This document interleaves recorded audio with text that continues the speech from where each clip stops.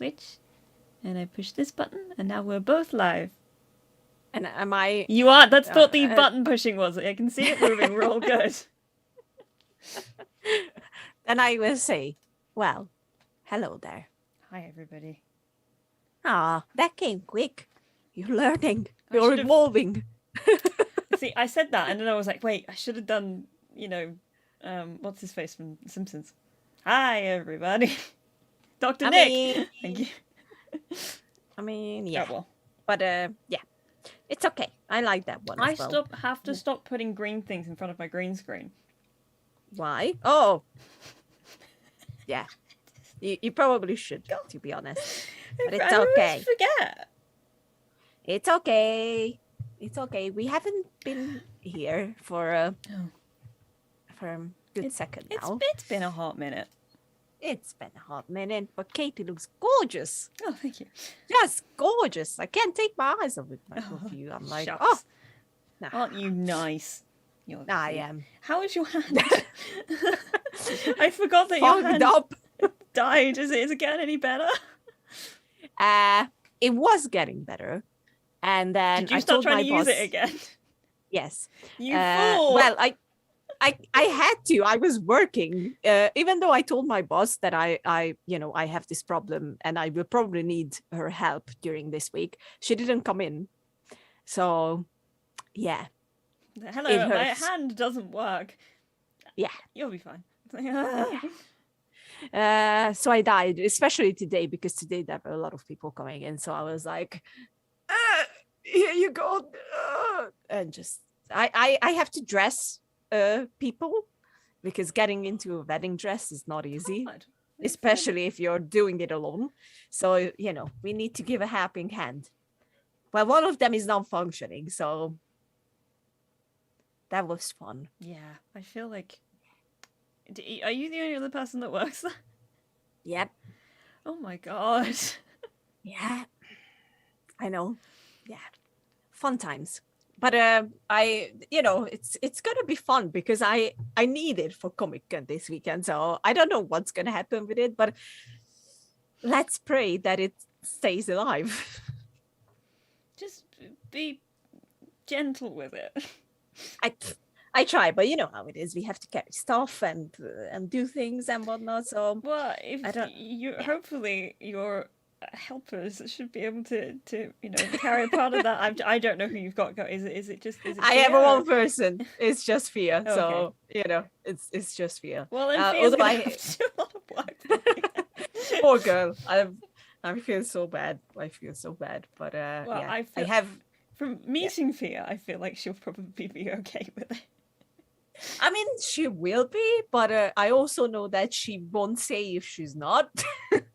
So, but I will help as much as I can. I am getting there on Thursday, and funnily enough, setup will be on Friday, and the event starts on Friday. So we're gonna have like a 5-hour window to set up quickly, and then people will start coming in immediately. So that's a bit intense.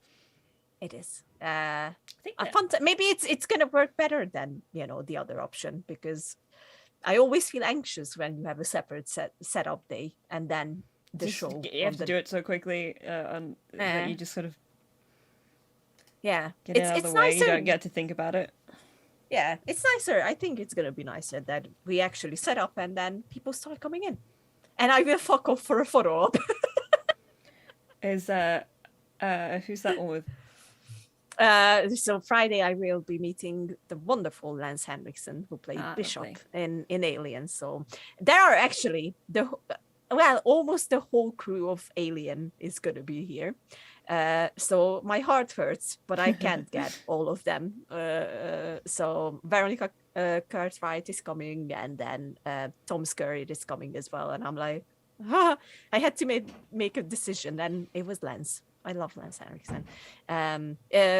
Gamers can know him from Detroit, for example. Oh yeah. Just to say a recent one. That helps with placing him, because I know who he is, but it was like that really helps to place his face properly. Yeah. And then on Saturday, since it is confirmed that they are coming, so I was like, okay, I can buy the tickets now. I'm meeting Aaron Paul and Nick Frost. So yes, I saw Nick Frost posted on Instagram, and I was like, oh, I didn't know about that. That's cute. I wonder if Lily knows anything. I know. I was looking forward to that one. And then on Sunday, I am meeting the absolutely amazing Ming Na Wen. So I can't wait. I'm gonna wear my Mulan shirt because that's one of my favorite Disney movies. So I'm like, I love that woman. She's an icon. So I can't wait. She's kind of a badass. She is a badass, and she's like 57. I believe. know. Like, incredible. How? Tell me your secrets. I need to know. So fit. Just looks amazing. Amazing. Not that amazing. I ever shame anybody for aging. It's very natural part of Oh yeah. growing up. I guess. Of life. Getting old. Time. I don't know.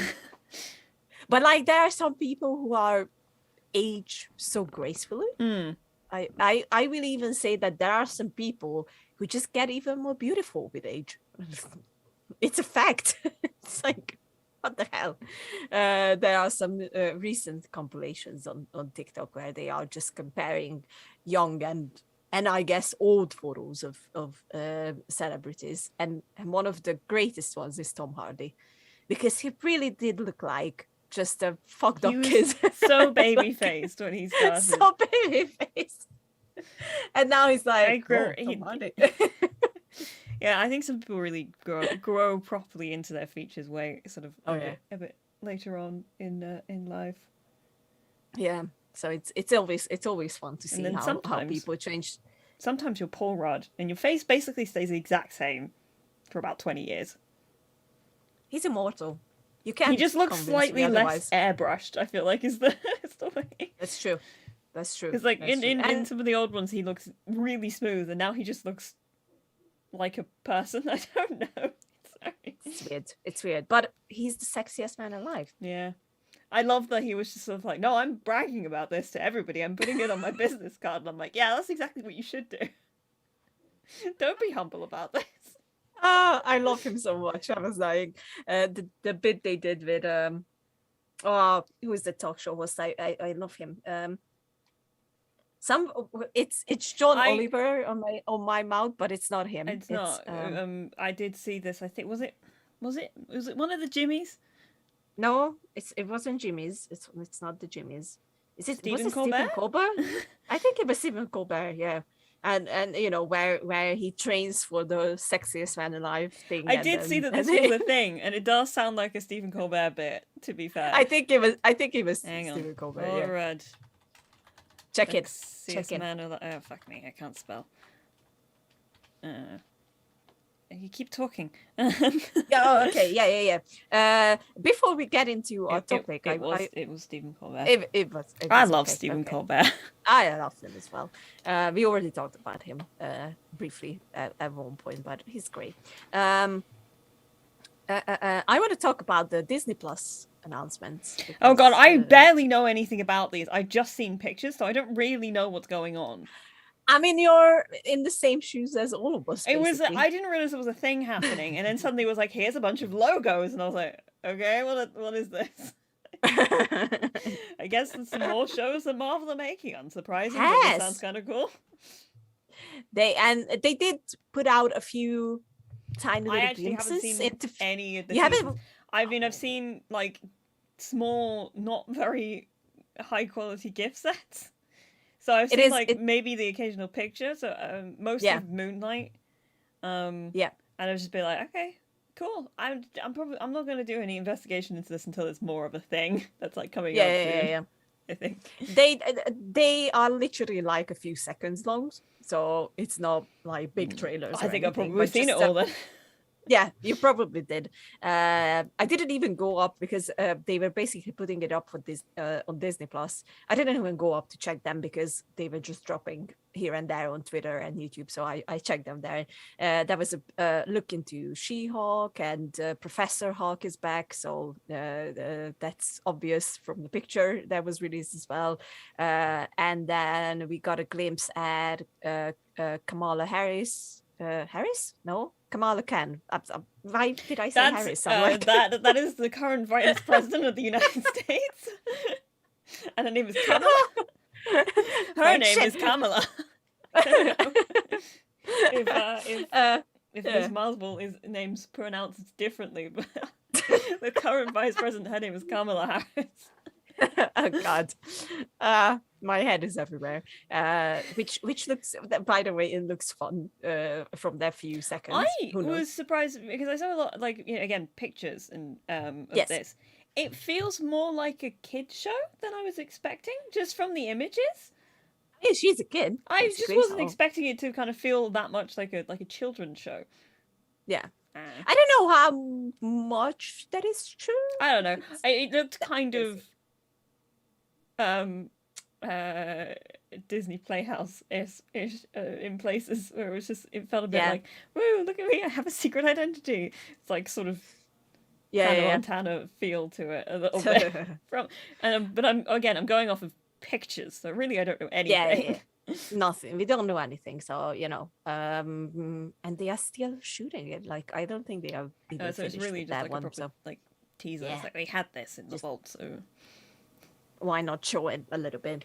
But what I was most excited for was actually not Marvel, even though I really like the Marvel announcements. It was the Canopy series. Oh right. Like, I honestly can't wait for that. Like, even if they fuck it up, which I don't believe they're gonna do, to be honest. I do have trust that you know, with Ewan McGregor returning and Hayden Christensen and the concept arts that they showed, and you know, the training that Ewan is doing, I was like, I'm just in love with it already. Before myself and Lily played D&D on Saturday, our friend Michael, who I don't know if is going to pop up at any point, but he might do. Not here, but in the chat. Was kind of stating his displeasure at the fact that they didn't show any footage, and it's just that they just finished filming. I mean, they just finished. Probably nothing's like ready. Nah. I don't think so. But I was even just, you know, just seeing the concept art and everything was like, yeah, this works already. I don't even need any more. Like, you know, I will definitely watch it, trailer or no trailer. Like, I love Ewan McGregor just generally, so I am gonna watch it just for that. And also because I do have a soft spot for that. I haven't seen them in forever. Like, I haven't seen them since I was a child, but I do have a soft spot for the prequels. Because they were like, you know, they were the movies that were coming out when I was very small. Yeah. So I definitely as a child watched them a lot. It's been a very, very long time, as mentioned. I just did, oh, Jesus, I didn't do it this year. Shit, I have to do it. I did the rerun on Star Wars last year. Obviously, with the pandemic, it was easier to sit down and watch them. We're still in a pandemic. It's just that the world has decided, all of the kind of, you know, capitalist structures have decided that we have to keep moving and act like there isn't a pandemic so that the economy doesn't fall apart. Yeah. Grumble. I mean, it works, unfortunately or fortunately, who knows. But it works at the cost of human lives, Lily. I know, but you know what I mean. Like, people don't seem to give a fuck. At least that's how I see it. Like, I went into the shops today, and I was one of maybe. It was very low amount of people who were actually wearing masks indoors. Yeah, most of them have just given up now. I'm like, they are literally like, I go into a shop. I am one of the only people who has a mask on, and people are giving me looks like, she's like, fuck off. I'm, you know, I don't want to get your thing, so just stay away. Don't judge me because I am still wearing a mask. Like, just shut up. get away. But anyway, what was you were doing a rewatch last year. Yes. And I actually had to realize that, yes, Phantom Menace is pretty bad. I'm sorry. I just, I loved that movie when it came out first. And I was like 10 or 11 or something like that. I did really like it, but no. Phantom Menace was 2000 or no, 1999, wasn't it? I think so, yeah. Oh, I was 2. I was 9. I wasn't even 11. Hang on. No, I know I want to check this, but I think it was 99. It was that, or in my head it's either 99 or it's 2001. Or somewhere in between those 2001. Like, it's in between those years, I feel like. Hang on. That's an O, not a P. Phantom Menace. Yes, it's 1999. I was right. Oh, there you go. Yeah, I was 9. I was 9, but I saw the originals, so obviously I was already a Star Wars fan at that point, at 9. Yes, and called? Attack of the Clones. Attack of the Clones. I put in Clone Wars and I was like, why isn't it coming up? I mean, that's a thing as well, to be Attack fair. of the Clones is 2002, and then I know that Revenge of the Sith. Wait, that's the wrong one. Is it? No. Yes? Yes, Revenge of the Sith. Revenge of the Sith was 2005. I remember that. 2005, yeah. I was 15 with that one, so I was like 7 or 8, depending on what half. It's very hard for me to tell. I was 7. There you go, because I have to figure out which half of the year the thing came out. Oh yeah. My birthday's right in the middle, so sometimes they'll be like I was 7, 8, one of the two. It was both those ages in the year. Yeah.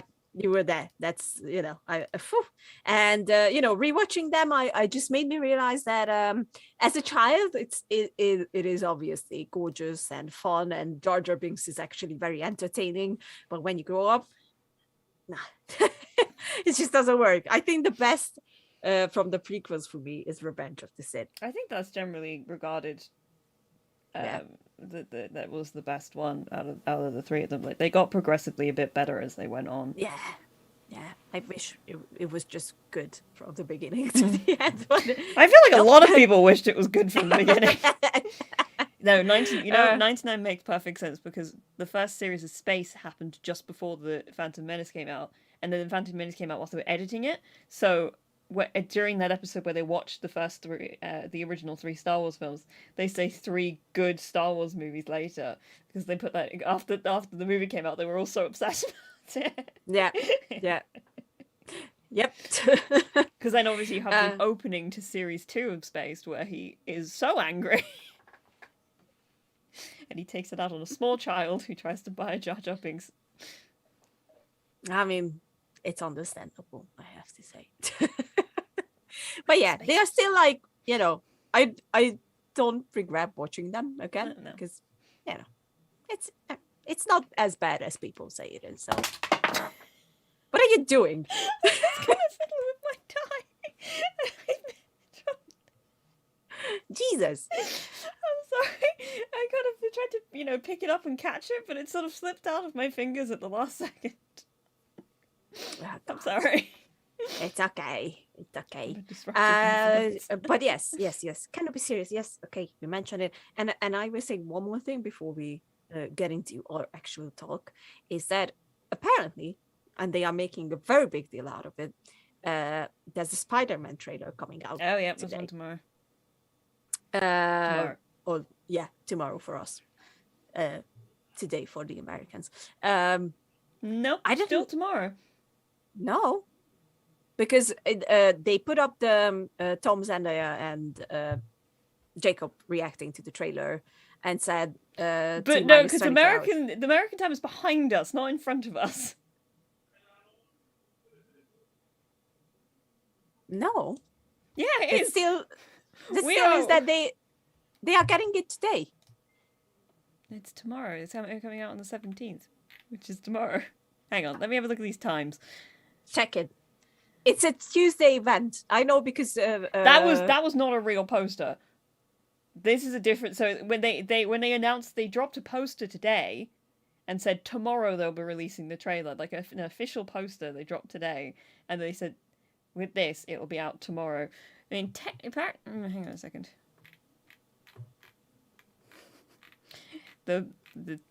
Yeah. Oh, hang on. This was.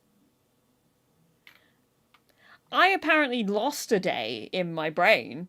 You did. It's coming out today. I think technically speaking, it's coming out tomorrow for us because it said 1:30. It would be today for Americans. Yeah. Which may have been what you said, in which case I'm sorry. That's what I said. It's okay. I swear to God, this happened today. I'm going mad. Tuesday's just completely not in my head. You've been locked in a house for 10 days? 10 days? It was 11 days. I went out yesterday. 11 days. But...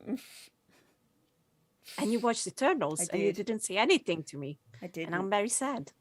I was going to talk about it like at the beginning of this one, and then you told me that Elliot wants to do a whole separate episode, so now I can't talk about it properly. You can tell me if you liked it or not. I did, but I do have a lot of thoughts on it that are slightly more complicated. That's also fair. Why am I not in focus? There we go. That's better.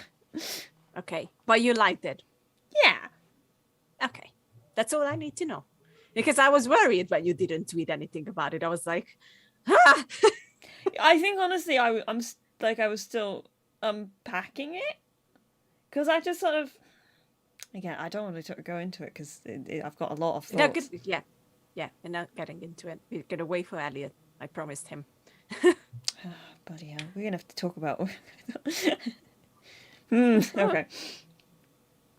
That's me done. I don't have anything else. Okay, that was you done. Okay. That was me going, this is not a conversation we need to be having on stream. Okay. I'm shutting the thought down.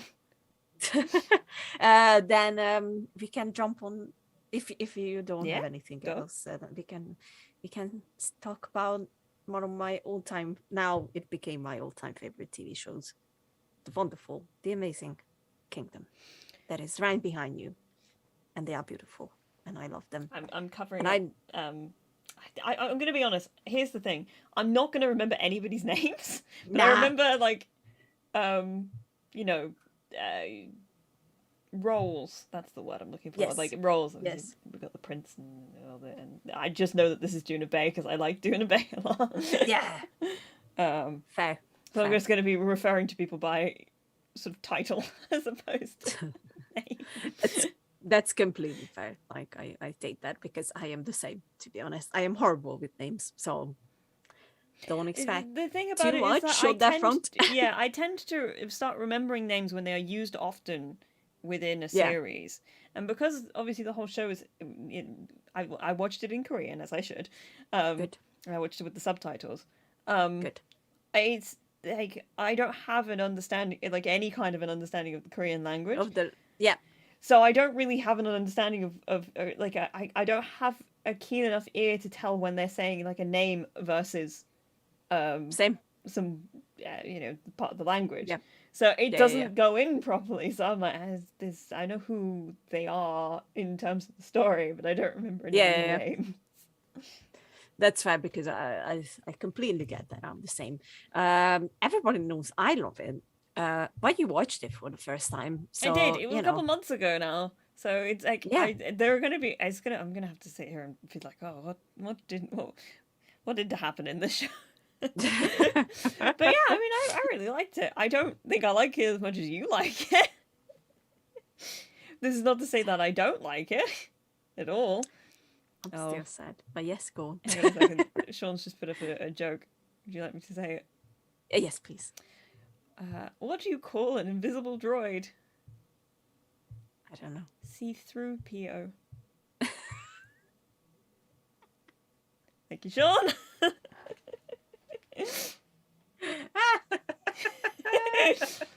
That's good. Yes. Oh, I will steal that. There we go. Sorry, I don't know. I keep slightly blurry. Yeah, I mean, I really liked it. I think it's a very good show. It's not the kind of... It's not the sort of thing that I would put into being one of my favorite things of all time, right? Yeah, It's like it's not really in the vibe for something I might hyperfixate on. But I really enjoyed it as a piece of media. I think it is very I mean it's incredibly well made. I don't think there's anything that you can really it's just it's extremely well put together. It's clearly a huge and very expensive. It's very expensive outing. Yeah, it's no wonder that they overspent on the first season. A tiny bit. It's like, oh yeah, this is. I mean, so many things on location. I don't think that. I mean, it looks. I think it's all practical. It is, which must be so expensive. Yeah, I mean, if you look at the hordes that are coming in to attack them, it's like that's a lot of extras in there. Essays. Now, see, I've been working in television so much that I can't call them extras anymore. They're essays. They're supporting actors. That's fine. That's fine. I'm still used to being called an extra, so you know. Yeah, most people are. Apparently, modern day extras don't like being called extras anymore. They're essays. Oh, okay. Makes them seem. Are you calling me old now? No, I think this is actually. I think this is a very new development. I don't know. I've only been working for like a couple of years, so it's like. That's fair. That's fair. But yeah, it's practicals everywhere, practical effects and makeup and whatnot. So. Whew, it's a lot to unfold. So I will start with questions. Oh yes, that's a good way. That's a good way of doing this. I think you ask me some questions. Yes. I will. I might dredge up some of the stuff in my head. I watched Ashen of the North last night. I did fall asleep in the first 10 minutes, but that was just because it was midnight and I was tired. Okay, that's fair. Not because the movie was boring. It was kind of like it was right at the end. Like I mean, yeah, last 10 minutes, but like it was right around. She was up on the roofs, like firing arrows down at people, and then I shut my eyes for 2 minutes, and suddenly she was in an entirely different place. I have no idea what happened. The most exciting part, and then you're like, why are you sleeping? I was tired. I was sleeping on the couch last night. So oh God, it was very cozy. That's fair. I like sleeping on the couch, so I can understand that. We've got a new system in place to keep the dogs company because they're not allowed upstairs anymore.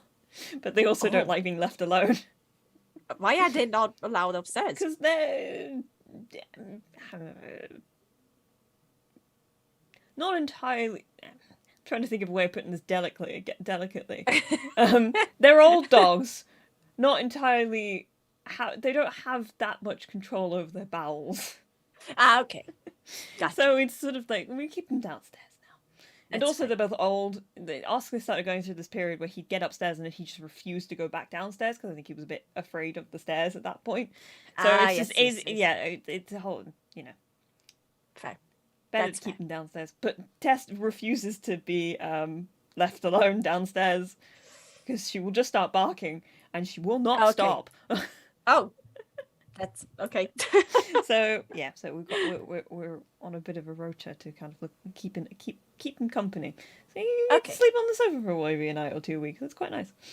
That's nice. Okay, that's fair. Yeah. All right. Let's get into the questions. My first very important question is: who was your favorite? Oh, that's a good question. I do like a lot of them. I was very fond of the prince. Yes. It was that I can't remember if it's in the first or the second season. I did mention this to you when I watched it as well. There's that shot of him coming out of because they break into the palace. Yes. That's second season. Right? Yeah, yes, it's when he takes the fucking hat off and it's all in slow motion. I was like, that's the coolest thing anybody's ever done. Yeah. It's like, damn. That shot should be cheesy, and yet it came across as actually incredibly cool. Yeah, that's true. I love that shot as well. I agree. Oh man. I feel like I did put this in the description, but just in case you didn't read the description, we will be discussing the spoilers of the show. Oh yeah. That is, I mean, both seasons plus the special episode, which is is movie length. It's an hour and a half. Are out on Netflix now. You're welcome to come back to this another point it's and watch it. Or you could just listen to us spoil the entire thing. It's good either way. It is. Although maybe it's better without spoilers. I mean, it's better without spoilers, but I don't think there's nothing like plot twisty, or hugely plot twisty. There's like plot reveals that are very interesting and probably are better to experience just by watching the show. I was gonna say naturally, and I was like, that feels a bit weird. But yeah, no, I think even there's a lot to appreciate about the show, outside of developing plot points. Yeah, put it that way. But yes, I was a very big fan of the Prince. I was also a fan of I think is it hang on, is it him? His personal guard. I think it's him. Oh, wait. Or is it him? I think it's him. No. That's the other. No, the other guy. That in the gray. That one. Yeah, it's him. The okay. guard. Yeah. Oh, you're right. Sorry. It is. Yeah, I was also. I mean, basically, these three I was a big fan of. That's completely fair. I will say that I was a fan of the four of them. So the long-haired dude behind them. Our tiger. Hunter, the tiger hunter. Mm-hmm. Yeah. I've just put two things together. Okay. I don't know if that's maybe I might be pulling at straws because I know that Ashen at the North takes place before. Yes. The series, the village that gets destroyed, is it his village? Okay, that makes sense. Now everything's coming together. Yeah. Just suddenly I was like, oh yeah, Tiger Hunter, and I was like, oh, hang on a fucking minute. Yeah. Look, again, I was half asleep watching this last night. I got most of the plot points, and it was very entertaining. I did think it was a bit like in the beginning, like I was kind of sitting there going, all right, when's this going to pick up a little bit? Yeah, it was a bit slower than the series it's itself. Very sort of, but like that ending was very good. I did appreciate that. Yeah, and I think she definitely needed the build up that we got from the movie. Like, who is this? Because basically, if you haven't watched it, Ashin shows up at the end of season 2 for like 2 seconds. Right at the end of the last episode. That just like 1 glimpse. And it's already very suspicious that she might have a really big part to play in the whole thing. And then it turns out that yes, she does. I think the moment okay, I'm trying to think of actually where I got to in the episode the sort of movie last night properly. I think I got to the end of the sequence. Oh, I don't remember. I think there's a period in there that I was kind of like, I was really trying hard to stay awake, but my eyes were really tired. I got to the end of the sort of massacre, because I saw her burning all of the zombies. Yes. And then I think, does it then cut from there to her sitting in front of the physician and giving him the flower? Or did I miss a bit? There's a bit where she goes in to the other village where the bad guys are, and basically I think she kills all of them as well. Well, that doesn't surprise me. She's on a bit of a spree. I mean, she is. Okay, here's the question. Because I had an argument about this with my brother. Okay.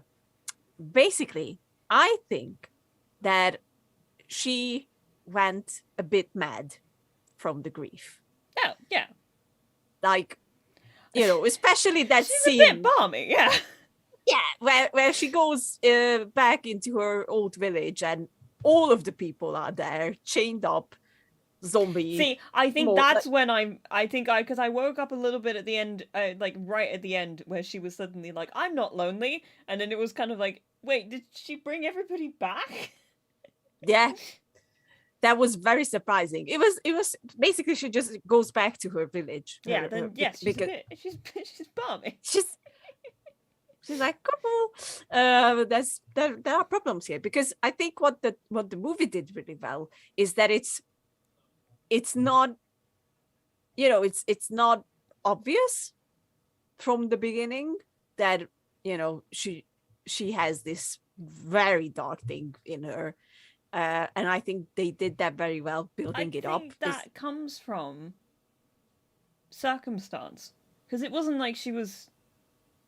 I think she was just curious, and then it all went to hell. And she kind of did... I think she went on the sort of classic revenge sort of mindset. And then you kind of get the sense of how innately driven she is and focused on like, whatever she puts her mind to, she can kind of accomplish, sort of thing. Yeah, but she teaches herself how to shoot arrows. Yeah. She teaches her, she basically becomes entirely self-sufficient. Yeah. And becomes an incredibly dangerous spy of her own volition. Because I don't get the impression that they ever actually taught her anything, but she just ended up being very astute at this sort of thing. And then the moment she realized that actually everybody's been fucking her over this entire time, yeah, she was a bit like, well, fuck you all, I guess. I mean, yes, but here's the thing, because the people from her village, she was a kid back then.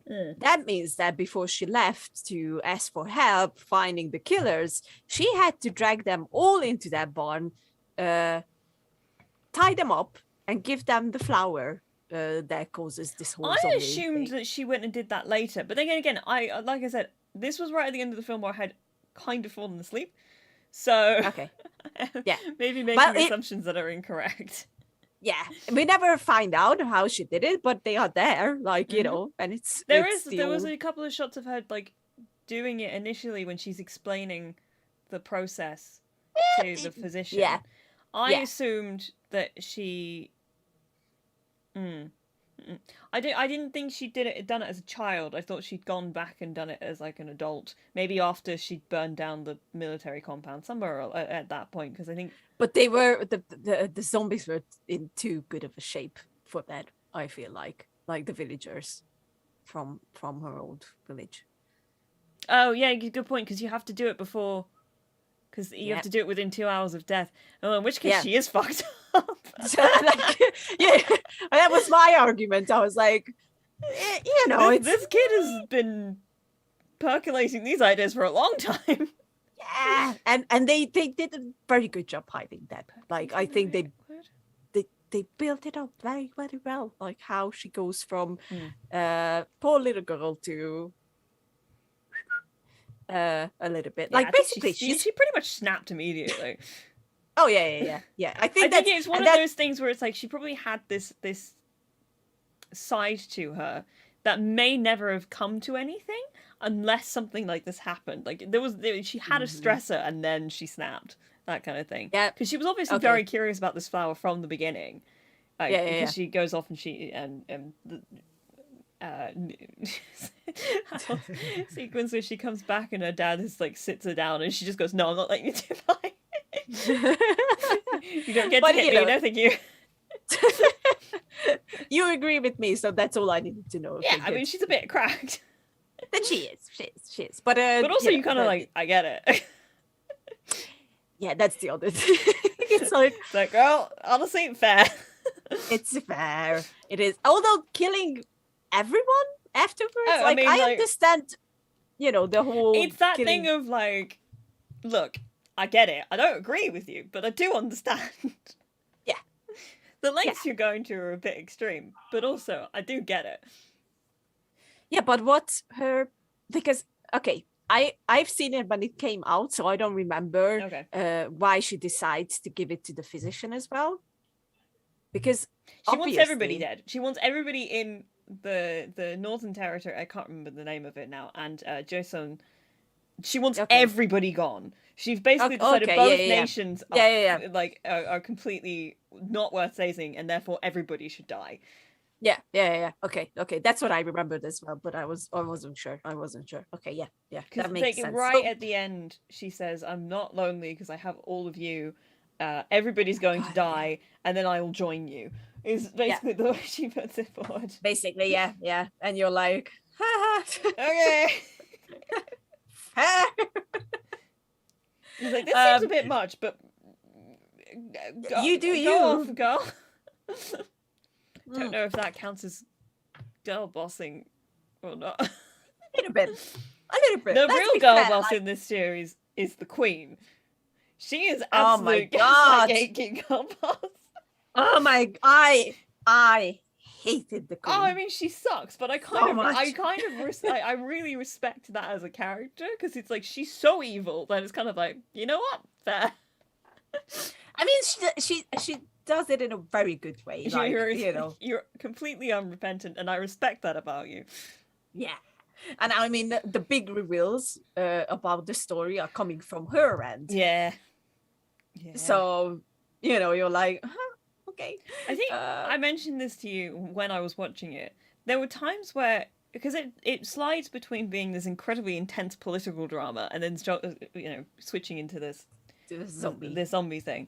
Well, there were times where it would be like really deep in the zombie stuff, and I'd just be sitting there going like, okay, but what's going on with the political machinations? What's the queen up to? Which is, I kind of don't care about the fact that everybody's dying right now. I kind of want to know what's going on with the monarchy. Which is completely fair, to be honest. But I think that's where the greatness of this whole series comes in, because I think they balance the two things exceptionally well. And when I say that I truly believe that this is the best zombie series that we have on our hands. That I would definitely agree with, I think. Yeah, it's because of this one simple fact, because obviously in The Walking Dead, in Fear the Walking Dead, in what is it, Z Nation, in whatever. I forgot that was a thing. I haven't watched it. I just remember that I saw it on Netflix. But there's always these conflicts, and they always try to, first it's always the zombies, and then they try to get away from the zombies a little bit. Like, they are there and they are a threat, but obviously we always get to the point where the whole story is about, because the real monsters are the living people, and I'm like, the real monsters are the humans we mess along the way.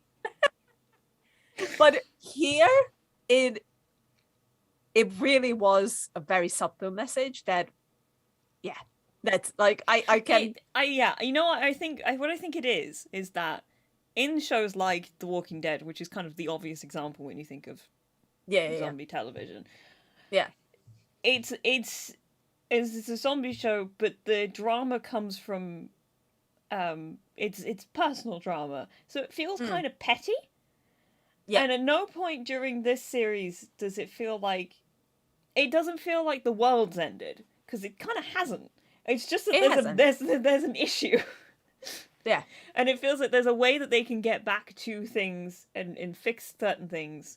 So I think the fact that they have this sort of political element in there makes it far more interesting. Because there is, you have, obviously, you've got the hordes of fucking zombies going on.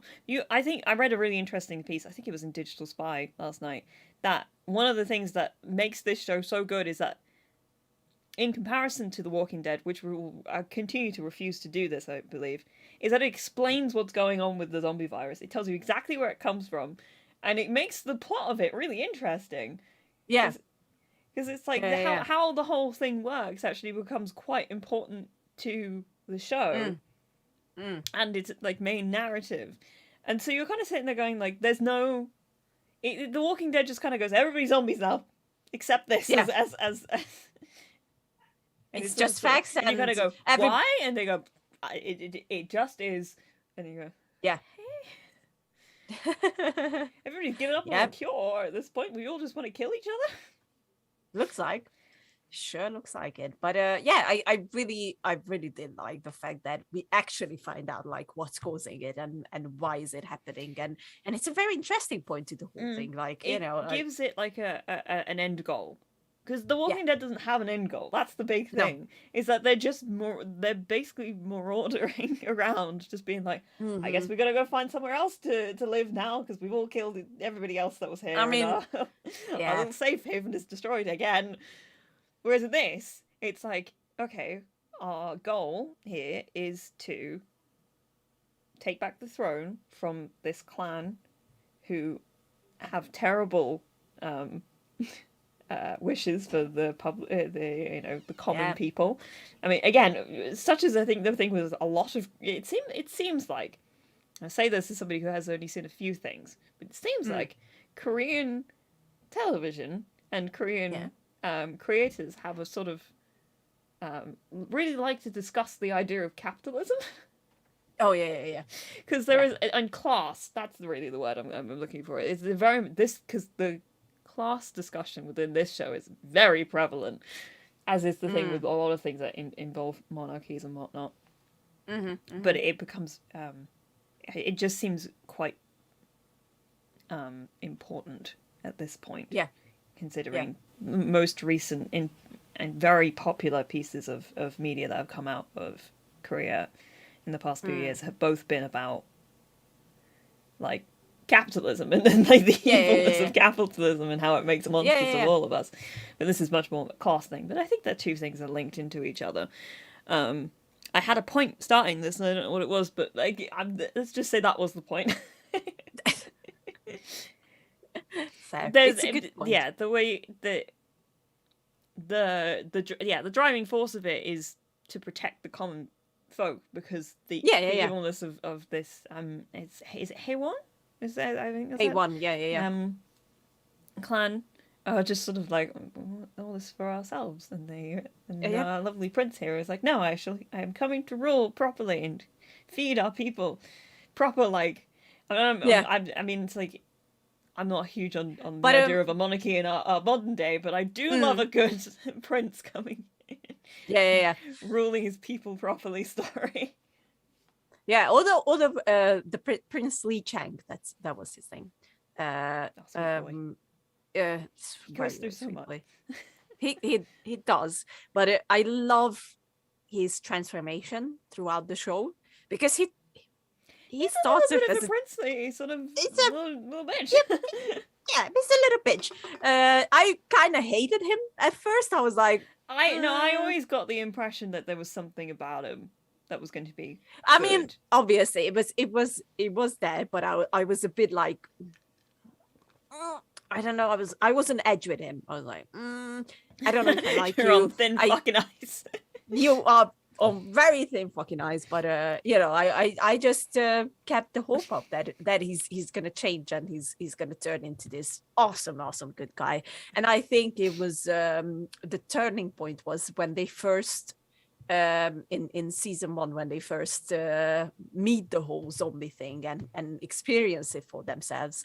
And he wasn't worried about it himself most of the time. He was focused on the people around him and trying to save them. And I was like, okay, I'll take it back now. You're not the little bitch I told you were. Okay, that's good. And then he just kept changing. And I think by the end, what's most important, like, he steps down at the end of season 2. That was really honestly surprising. It was very surprising, because his whole goal is to get the throne. Obviously, it. I was like, yeah, that's what's gonna happen. Like, okay, wait. Thoughts coming in. Wait, stop. Also, just as you, I want to point out that the thin fucking ice joke had layers. To just think about the end of the second. I know. I got it. I realized that I wasn't looking at you properly, and then I was like, and for some reason in my head I thought I could see you. And it was like it's like you don't look like you get it, and I realized I'm looking at you in my periphery, and that's why I can't see. I did get it. I was like, okay, well done. But yes, that scene, because they are on thin fucking ice. Actually, to be honest, that ice was incredibly thick. It is very thick. Okay, that's fair. That's a fair point. But they are fighting a horde of fucking zombies. They get bitten a lot. I was crying. Like, I didn't even properly see the scene, because I was like, don't kill them all, please. I was sitting there going like, Christ, what's happening now? Like, everybody, like, it looked like everybody's gonna fucking die, and I was like, I can't take this in. Very impressive that they managed to make that genuinely believable as well. Like, come on. It's very hard to let you actually suspend your disbelief enough to ignore plot armor. Yep. And it like this genuinely makes you go, yeah, all right, this could happen. Yeah. It's I was so pissed off. I was like, I was crying. I was like, they can die. And then I suddenly realized what they were doing, and I was like, oh, this is very smart. This is very fucking smart. And I think the fact that they actually have a cure for the whole thing, because we can take the water it's like a.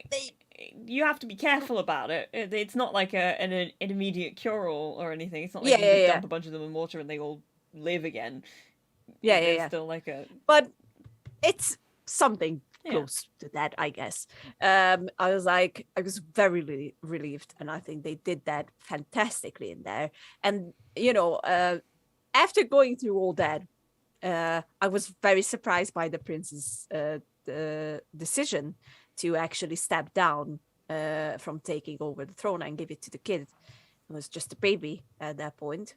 Very brave for them to actually have the baby bitten by one of the zombies, and he has to go through the whole putting in the water and get the little disgusting things. I actually hate that honestly, aspect. I started the movie yesterday, and like that opening sequence, first of all, I had a joke in my head where I was like, what is this, Twilight? Because it starts off with a drink. But then you see the it's so gross. You see all of the stuff on the leaves, and I was like, oh, I don't think I actually want to watch this right now. No, I know, I'm the same. Especially because one of my biggest fears is parasites, so I'm like, this really crawled under my skin. I was like, it's that kind of it's the same sort of, it gives me the same sort of feeling that people get with like, I can't remember exactly how to say the word, but it's like that fear of like small holes bored into things that like really do get. It's just kind of like, it makes you feel like this is bad and I don't like this at all and I need you to keep it away from me. Stop making me look at this kind of thing. And when you find out after watching the show that there are actually flowers that look like this on the leaves, that they have these little spores and they look exactly like this, you're like, I didn't know that. That's really gross. I'm sorry. Now you're suffering with me. And actually, if I would ever have the chance to talk with one of the creators or one of the actors even, I would like to ask them, because there is actually another incredibly good book series that uses the same method, but there it's not zombies that they are creating, but vampires. I don't know if you know what I'm talking about. I've never heard of this before. You don't? Okay. So it was written by Guillermo del Toro. Oh, wow. I read all 3 books. They are very good books. I didn't know the TV series del Toro wrote books. I figured I knew that he's done graphic novel stuff, I think, right? Yes. I just didn't know he was a novelist. I think he wrote it with someone else, but don't ask who was the other person. I will figure it out. Bless you. Pardon me. I'm too Bless your heart. Okay, I will find it. Wait. Okay. Because whilst you're looking for that, I will say that this gentleman here with the hat. Yes. Him dying was very satisfying. Yes. Thrilled. Oof. Okay. Yeah. It's here. 1 second. Oh gosh, I don't know. It was called. It was called the Strain. The Strain. Okay. Yes, and it was written by Guillermo del Toro and Chuck Hogan, and there was 3 books. It was a trilogy. They finished it beautifully, really well written books, and they made a TV show out of it. The reason I didn't watch the TV show, because it was too much drama. Even reading the book was too much drama, and I will show you why. You're not going to show me a bunch of really gross pictures of flowers. Nah, I would never do that to you. Wait, I can't. Why can't I zoom in? I've never heard of this show either. I mean, to be fair, really? I have no idea what this is. When did this come out? Oh, back in 20. I'm not sure. Good. That was good. I think it was like 3 seasons long or something like that. It had I don't think I think he was the creator. Oh, here it is. Okay, so this was apparently passed me by completely. This was oh no, that's no, nobody wants that. Why would you do that? I know. So basically, now I am out of focus. You're fine. In these books, the vampires are born the same way. Like they have these parasites crawling in them, and you know, they have magical powers, and there's a big alpha vampire and whatnot. It's very good books, and I really like how they built up the whole end of the world part in it. But it's still gross, and I just couldn't handle it in the TV show form. I was like, oh, no, it's freak. I had proper nightmares because after the first 4 or 5 episodes, I was like, no. Maybe it was because it was a Hulu series. Maybe that's why I didn't hear anything about it. Maybe. But like. Maybe. But I think I don't know, but I believe they finished it properly. Like Collider said it was a frustrating but satisfying end. Okay, so yes, they finished it. It went from 2014 till 2017. Just I've not heard of this before. How did this pass me by entirely? Corey Stoll was the main character. David Bradley, Kevin Durant, so many people. Miguel Gomez. It was a good show, but I just couldn't handle the disgusting little parasites. I was like, oh, nah. Very good show. And I wondered after Kingdom if they had like a little idea swapping in there, because they work under the same rules as always the same rules as the zombies do in Kingdom. So I was like, I was immediately reminded of that book series. I was like, interesting, very interesting. Maybe it has nothing to do with it. Like probably there's nothing to do with it, but it's a, it's just who knows. What else? Sorry, what was your favorite? Yeah, I was just thinking about how the Queen absolutely is all three: gaslight, gatekeep, and girl boss, because she gaslights everybody into thinking she's pregnant, or like, I mean, that's not actually how the word gaslight means, but she's. But like she gatekeeps because she's keeping, she wants the throne to herself. And she girl bosses because she's a girl boss. She is. I mean, yeah. The gaslight one is the only one that's like not technically. That's not actually what gaslight means, but I think within the trilogy of things, it tends to just sort of mean, lie to everybody. Yeah. But what was your question? She did a great job. She did a great job. She was an asshole, but still did a great job. I was waiting for the moment when she would die. Honestly, I was like, oh, please kill this bitch. And she dies. Such a satisfying death. I'm so evil. I'm sorry. I'm not. What was your favorite episode? What? This is the thing. I don't know. Because I watched it all so quickly. It's all kind of one thing in my head. And it was a while ago, so I don't really have anything. There's no distinction between episodes for me. Okay.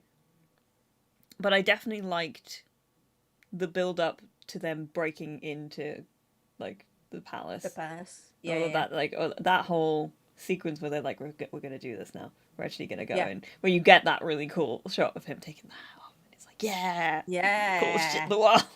Yes. Honestly, I think it's in that same period where the Queen dies. It's that whole sort of turn of events. So I don't know about favorite episode, but like that whole like when you kind of get to that payoff after all that build up is pretty rad. It is. I think for me it's the 2 season finales. I was like. Both of them, because in the first season it ends with them realizing that it was oh right, yes, it's not the sun, it's the heat. It's the heat, yeah. Which and is I was very like, nice. Oh shit.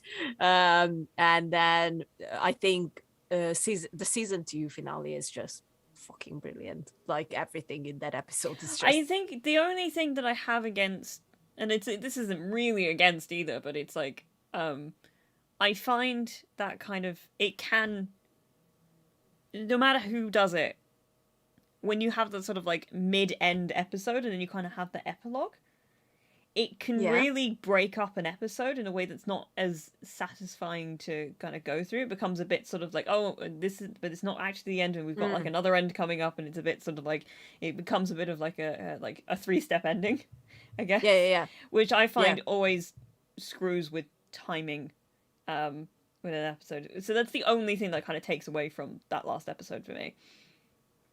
Just because the whole epilogue of the that kind of like, because you kind of go, it builds up to the them managing to succeed against the Horde and technically get the the kingdom back, and then you have that sequence where it looks like they really push for the fact that it's like, listen, everybody kind of knows that you're a bastard. This baby is genuine, even though the baby's not even like, because the baby's not really royalty either. No.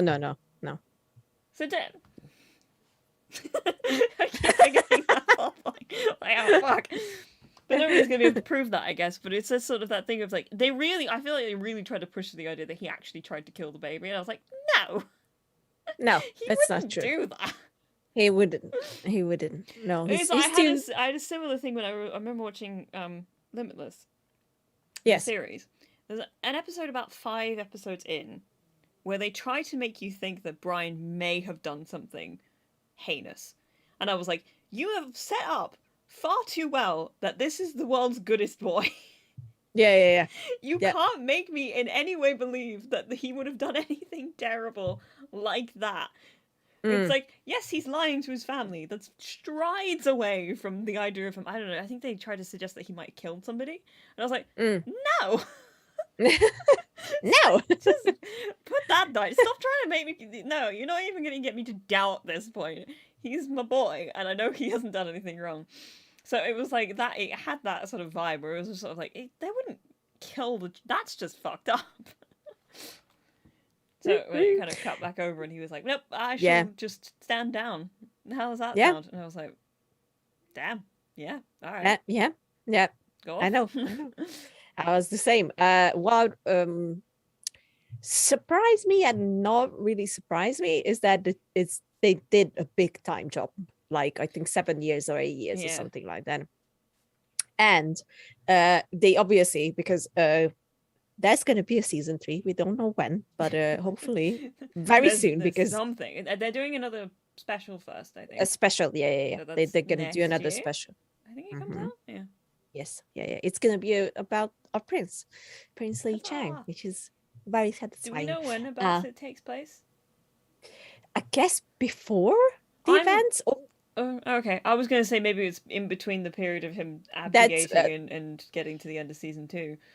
That's the other thought, because we still didn't have any confirmation of when they're gonna actually place it. Like, I do believe that it would make more sense to put it in between the events at the end of season 2, like that 7-year gap there. That seems rich for it very, very rich for him. So I think it would make, because obviously we are seeing the prince and then Donna Bay's character still hunting down zombies and going after infested. We haven't talked about her enough, but she's great. She figures everything out. I mean, she's the smartest out of all of them. Let's be fair. Just like, hi, I'm just gonna solve the entire apocalypse. I was like, answer all the questions, and I'm like, yeah, get it. I love it. It's very satisfying. Very satisfying. I'm not gonna lie. I was rooting for her. If they would have killed her, no, it stopped working. But that was one very interesting thing at the end of season 2. Other than they introduced Shin, and we got that film now, obviously.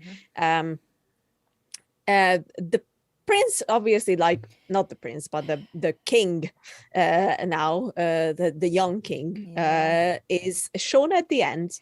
And I think this is one of actually the only thing that I'm not sure how I feel about it yet, because I don't know how they're going to play it off.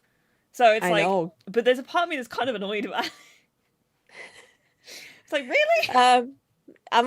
Yes, because they show the prince and we can see that he still has some parasites in him, like, and does that mean that they all still have parasites in them? Oh, you take it in a much more interesting way. I took it as like something had been laying dormant and then woke up, like by happenstance, and now he's about to turn. Oh, you took it like that? That's how I took it, which is why I wasn't sure how I felt, because I was like, I don't like that nonsense. But if it's just like maybe in some way he's somehow become like immune, that's another way.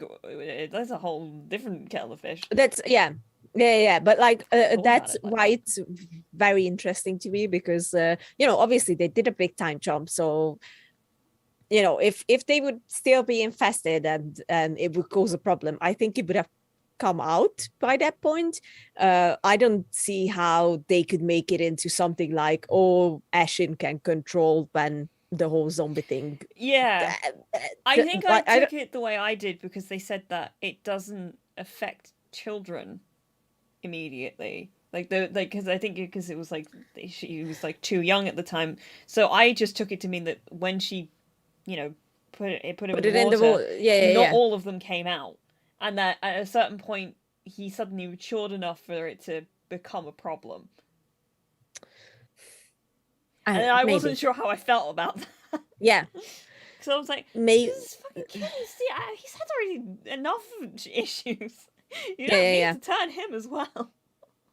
No, I think like, if it, when it comes to theories, like what's going to happen, because apparently season 3 is going to be the final season, or at least that's what they want to do. Or maybe Netflix went, you can't keep spending this much money. Please figure out a way to end it. Yeah, that's a possibility. They spent a lot of money for this, but I think it paid off. I think it's a good place to end it as well. I like a good 3-season thing with a couple like special episodes. That sounds perfect. I will have to agree, even though I will be very sad when it ends. But I think that they might be thinking about introducing smarter zombies. Don't know how I feel about that one. I don't know either, but it's been done in the past. Like, they obviously didn't become suddenly very conscious and super intelligent, but they were smart enough to not just go in a room and just look around and be like, oh, no one's here, and leave, but just recognize if something was different or something. I don't know which movie it was, don't ask me, but I remember one of the movies, and it was like, I was just thinking, I think the only thing I've seen where it's like they made the idea of making zombies smarter, I think the only thing that I watched that I really enjoyed of that sort of thing was Warm Bodies, and it kind of was a very poetic thing. Yeah. That's a great movie. I haven't seen that in ages, but it's a really good film. It is a good film. But yeah, that's one of my thoughts, like that maybe that's gonna be what's behind it, or very simply put, it's gonna be Ashen who's gonna be fucking up things completely, because I mean, she comes in 7 years later. I mean, she could have done so many things by that time. The question becomes, how much has Ashen sort of been puppet mastering things from behind the scenes? Exactly, yeah. Which is a good question. The puppet mastering. Yeah, I like that. I know it's a good sign. But it's going to be interesting to see where they will take the whole thing and what they will do with it. I sure do hope so that they're not going to ruin it, although I don't believe they will. Bless you. I love this show, and I am so glad you watched it. It's really good. And that you enjoyed it. That's like, it makes me incredibly happy, I'm not gonna lie. I find it very interesting because I've been watching I've been engaging in a lot of media or like in the past couple of days, arguably, I've been sort of engaging in a lot of stuff that I think has influenced you quite a lot. Me? Yes, because I've been reading the Name of the Wind quite a lot. Oh yeah, that's true. And that's true. I'm looking at it like, oh, the writing style feels very similar to the way that you speak English, or that you write English. And I was watching something else that I was thinking about you and the way that like certain, like the way that the language was used. I was like, this feels like the way that Lily expresses her English. And it was really fascinating to me. I was like, this feels like such a direct insight into how, like, your brain. I'm gonna be honest. Name of the Wind was the first book I read in English. Yeah, I feel it. I feel like one of your beta readers said that like pretty much at the beginning. Was it Aaron? Maybe. I'm just trying to remember if I'm saying if that's actually his name, because he's not got his name on this. I can like see his Twitter account, but he was like, "Oh, this reminds me of Name of the Wind," and I'm reading it through. Like your writing style reminded me of Name of the Wind, and I was reading it through. Like the sentence structure is really similar. Actually, there's bits and pieces where I'm like, I see where she's coming from. Because it's really it's very specific, like as lexicon goes. I wish I could. There was something else. I was watching something else, and I was thinking about the way that some people were talking, and I was like, "This feels like the way that Lily structures some of her sentences." And I can't remember what it was now. I can't remember. Was it a movie? No, it might have been watching Ashen last night, and I don't remember if that was the case. But I don't. When it comes to you, I would like to know. Yeah. I wish Very I could interesting. Remember.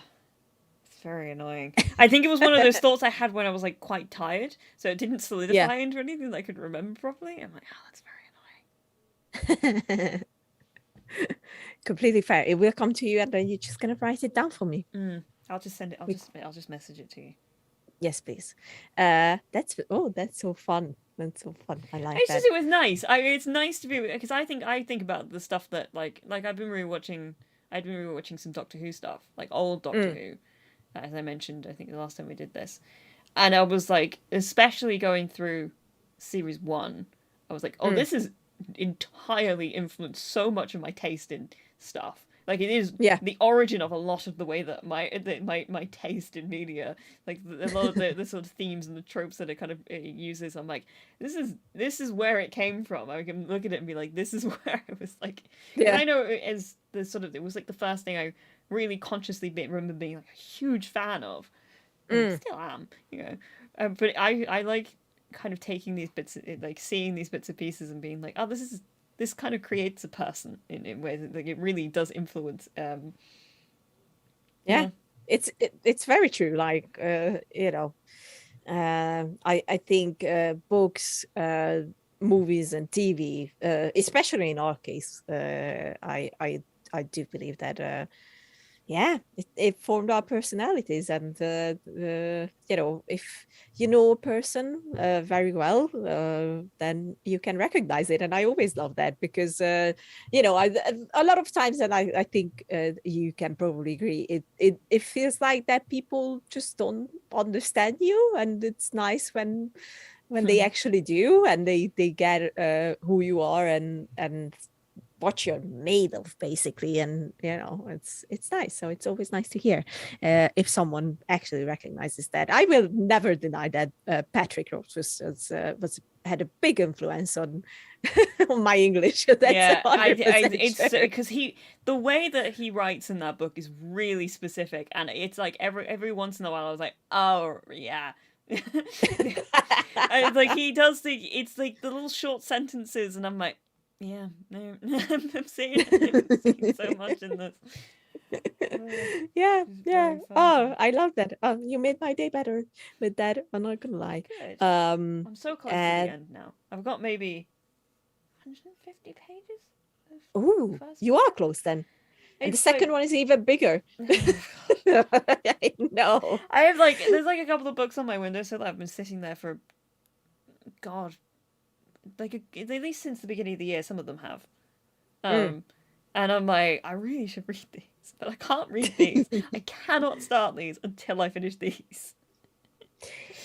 I know how you feel. I you can't really see it because it's in the dark, but this shelf here is basically all my new books that I bought them and I just didn't have the time to sit down and read them. And I feel bad because some of them are going to come out as either TV shows or movies. So I really have to catch up on them.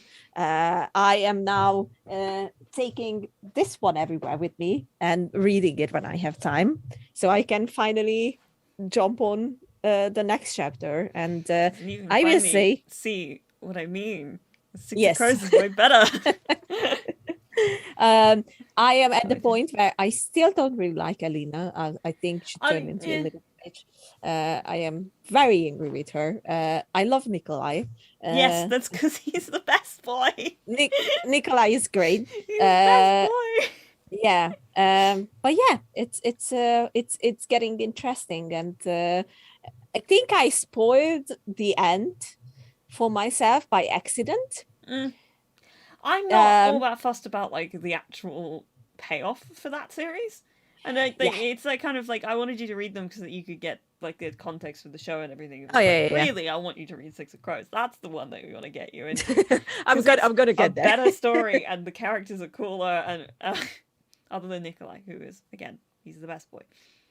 Nikolai is great. I love Mal even more than I did.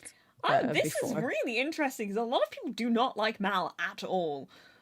I like him. I think Mal's great, but like here's the thing. I think I mentioned this. I was talking to a girl when I was in the line to see Freddie. And we were talking about how it was like so many people have like such a thing for the Darkling, and it's like, fine, yes, he's an interesting villain, but like, nah. And then there are people who just don't like Mal, and I was like, I think Mal's fine. I think he's lovely. Nikolai is the best. And there's no arguing this. I won't take any other opinions. And I'm not saying that he should be anywhere close to Alina, because that's not true. No. There's somebody else that's much better for him, which I won't say because it's kind of most of the plot of King of Scars. And obviously Rule of Rules after that. But he's got a partner that fits him much better. There you go. I will find it out once I get there. I'm trying. I didn't have time. That's the truth. I didn't have time to sit down and read, which is very annoying because this year I've been very bad on reading stuff. I mean, I'll go through multiple months without reading anything. Yeah, that's and then I'll be like, I should read a book, or like I'll find something that I actually want to read, and then I might get through that very quickly. I think this year I reread Six of Crows, and I reread all the Raven Cycle books. So I haven't really read anything new. But I bought a bunch of books last year during lockdown, and I didn't read most of them. But they were all sitting on my vanity here, and then I put them all on my shelf. So now I don't really remember which ones I had. Fair. Patrick Ness released a new book, so I haven't read that. Which one? Burn. Yeah. Okay, yeah, that's what I wanted to say next, because I have a soft spot for Patrick Ness. Oh yeah, he's Burn wonderful. is just sitting on my shelf. Yeah, it sits with all my Patrick Ness books. I am sitting there looking at my bookshelf as well, though. Like, there's a couple of things. Like Maureen Johnson's doing another book in her Truly Devious series about Stevie Bell, who's had like sort of young sleuth. Who solves this really old like unsolved mystery and murder, which is they're great books. But she did a trilogy, and then she's doing these kind of like one-off, like just like detective novels basically. I don't have space for another one, but I know she's writing another one. I'm like, I have to reorganize my damn bookshelf again. But then there's Maggie's releasing the last of her Dreamer trilogy books next year. There's not enough space on my shelf for that one either. I had to really shove that book on. Like, honestly, if I tried to put it out, most of the other books are all going to come out with it, because it's like I really had to like wedge it in. Yeah, I know the feeling. Trust me, I do. I will grab something. Oh gosh, she's grabbing things. Oh. Ah. Hi everyone. Lily's left again. So it's just me. This is a very good show. Would recommend watching it. Oh, she's coming back with the book now. Okay. As you were. There she is. Hello. I pulled out the plug. Wait, I can't hear you. Oh gosh. I can hear you now. Okay.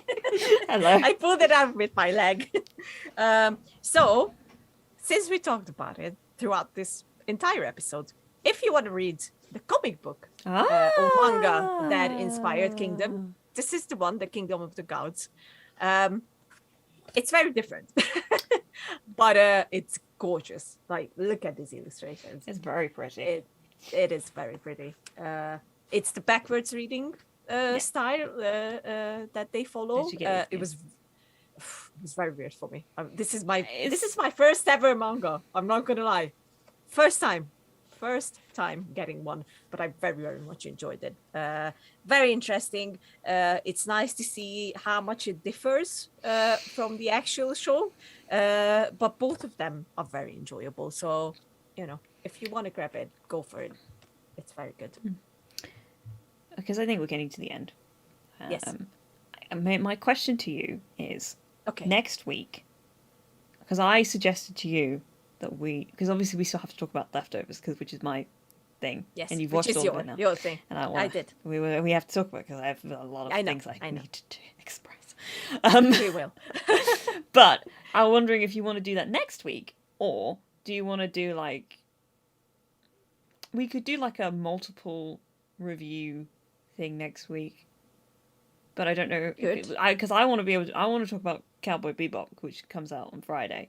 Which should be an interesting fucking discussion based on the reviews that I've been reading. I was honestly, it's not entirely surprised, but there are some people who are being really harsh, and then other people who are very on board with it. So I'm like, I feel like I'm probably going to end up somewhere in the middle. We'll see. I'm still going in with an open mind. And as I have mentioned many times, the original anime is always just going to be there. So if you don't like the show, you just go back to the original.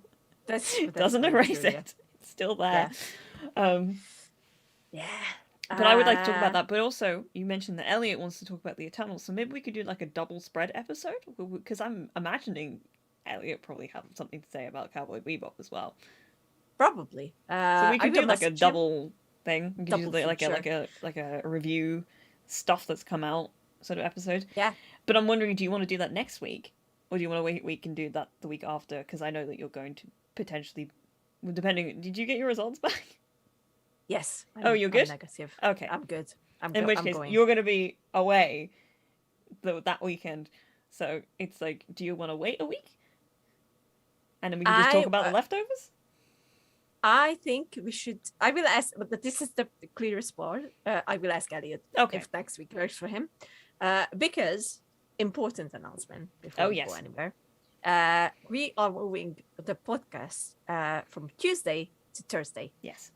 So basically back to our other original spot, because we started with a Tuesday and Thursday, weren't we? Yeah, I think technically our first episode came out on a Thursday. That's true. So we're gonna move move the podcast back to Thursday, so you guys can go and enjoy trailer talks. And I know that the Replayer podcast comes out. We've just realized that there's a lot of things that come out on Tuesday. Too many. Especially when it comes to our admittedly small but lovely audience. Yes. there's a what's the word, overlap, and we figure if we move to Thursday, we won't be conflicting with anybody anymore. So Thursday is what we're planning on doing. So it is very much possible that next week's episode is going to be on Thursday. Because which would give you time to watch the whole thing. Even anyway, that would make sense. Yeah, because I unfortunately it comes out on Friday, so I can't watch it. I'm watching the first two episodes a couple of hours before they come out. I know, I saw that. I literally, it was they did that whole they did a stream. It was a real stream. I don't know why I did this. They did, but I watched it the morning after because I tried to stay up because they did it at like 2 a.m. or something like that, which was like it was a normal time for the Americans, but for me it was very early, and I decided I was too tired and I couldn't be bothered. It was like literally 10 minutes before thinking about it. I was like, I'm not gonna be able to concentrate on this. I'm really, really exhausted. I'm just gonna go to bed and I'll just watch it in the morning.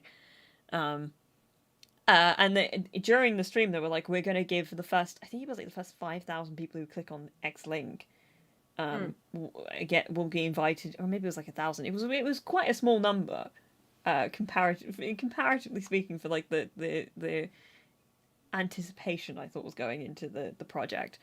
I think it was 1,000. Might have been less. I don't remember. It was weeks ago now. I signed up just thinking it's the morning after, probably no spaces left because these things tend to just go immediately. And then and this is why you should always check your spam folder, guys. I went into my spam folder to find that they were going to be sending me a link for this thing. It does mean, because it starts, the doors are at I don't, it's something ridiculous, like, I can't remember the time, in the US time, but for me, it's like 1:30 in the morning, for it to start at 2, and there's two episodes. I'm like, nice. I'm gonna be real fucking tired. But, like, at the same time, the actual episodes are then coming out, I think, after those 2 episodes, 4 hours later? 4 hours later, they would be dropping about 4 hours afterwards, and sort of like, nice. This feels a little pointless for me, but I'm gonna do it anyway. Yeah, I mean, why not? You've been chosen, Katie. You've been chosen. I think I just got lucky. Possible, but still, you've been chosen. I will look at it that way. But don't spoil it for me. Oh no, apparently I'm just spoiling it for Jay, who asked for spoilers. Oh, okay. She actively went, I want spoilers, and I went, okay, I'll give you some thoughts. The things that I've read, though, because I read The Verve did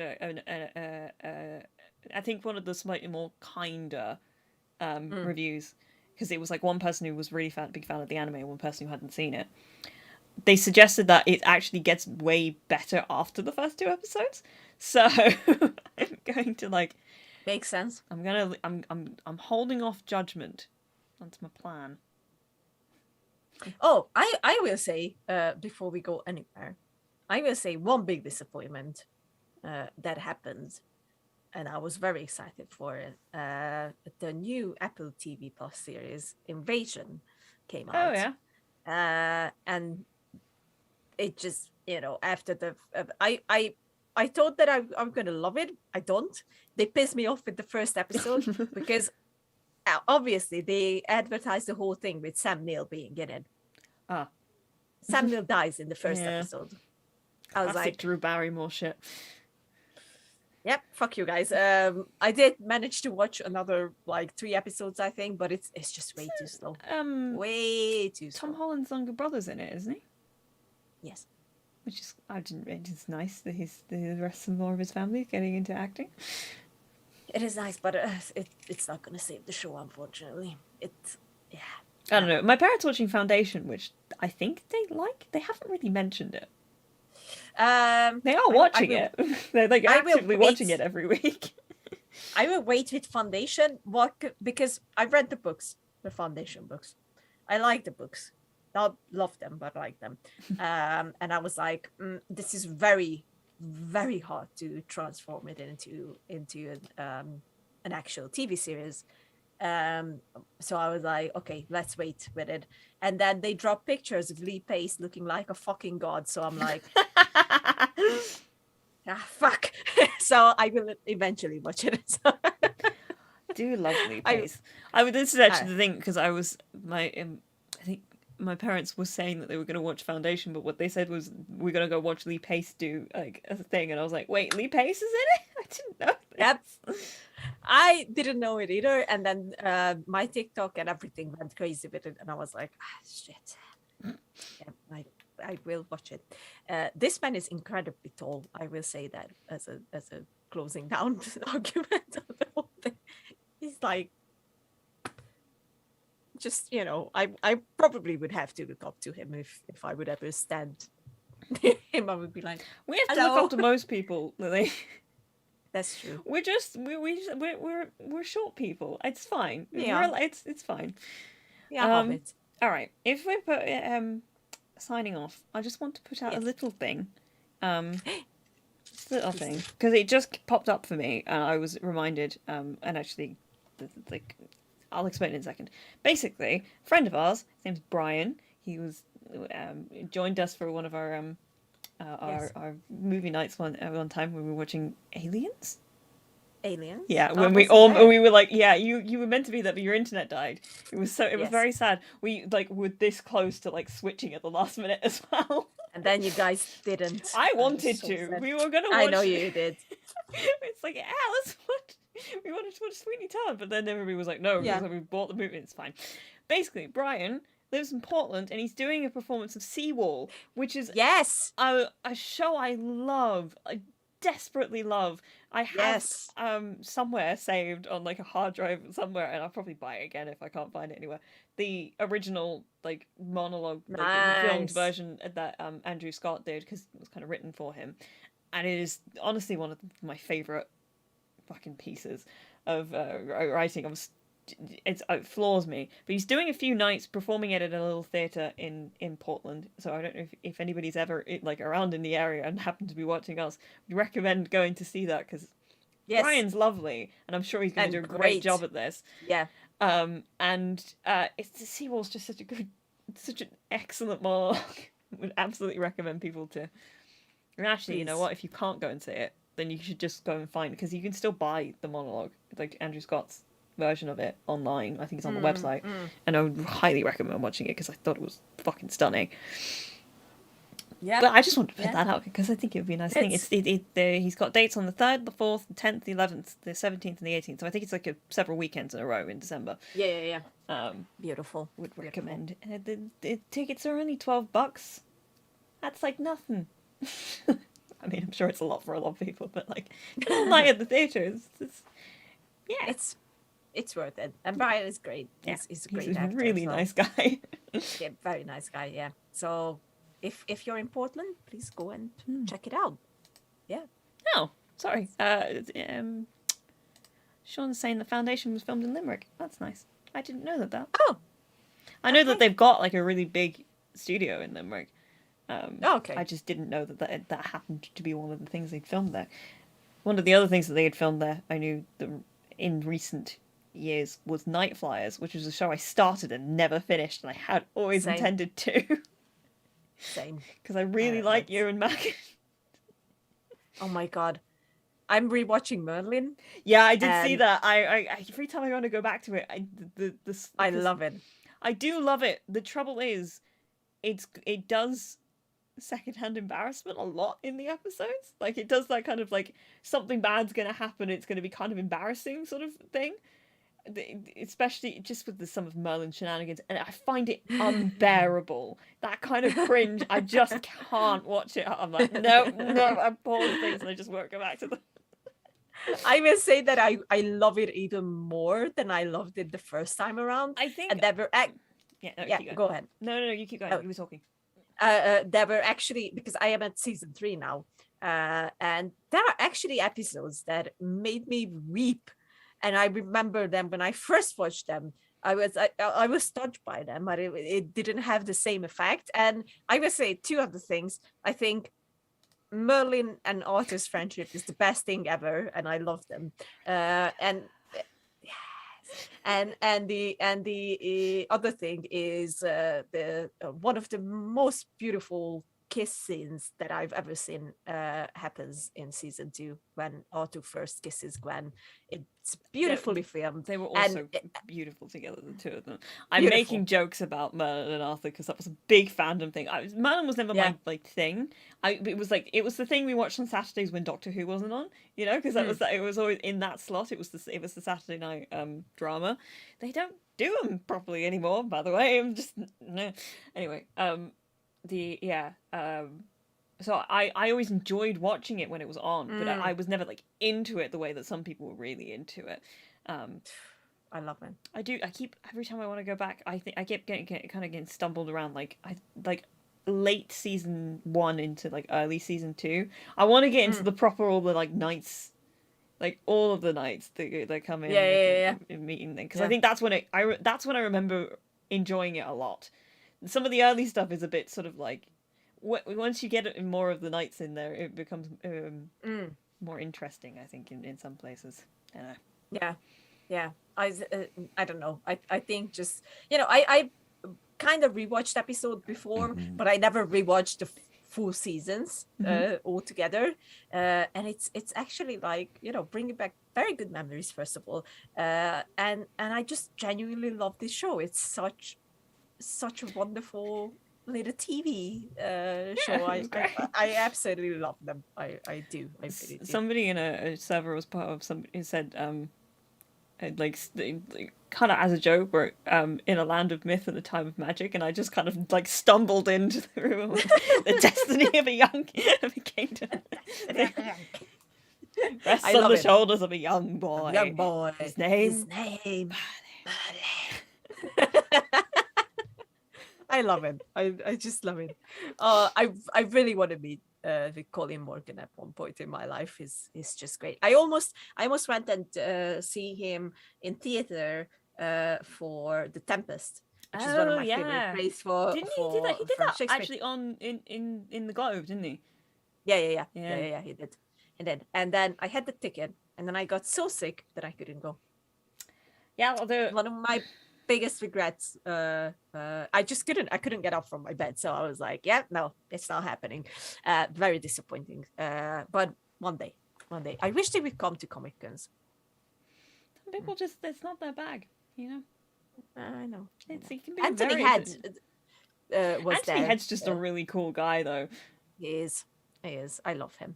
Have you ever read the story about the young trans man who kind of got adopted by Anthony Head? It's one of my favorite stories. Every time I read it, I'm like, this is so wonderful. It is. He's great. I love him so much. I regretted not getting a photo with him because he was so great. I listened to his talk at Comic-Con, and he was like, just wonderful person. That's it. I shut up now. I could talk about Merlin all day. We go. This is the end. Bye. Bake Off started 40 minutes ago. Oh no. Take care, guys. Wear your masks and get vaccinated. That's Peace, all. gang. We'll be back We next love you. Thursday. Yes, Thursday. Not Tuesday. That will change all the stuff on the social medias and everything, but Thursday. Yeah. Bye, everybody. Bye. End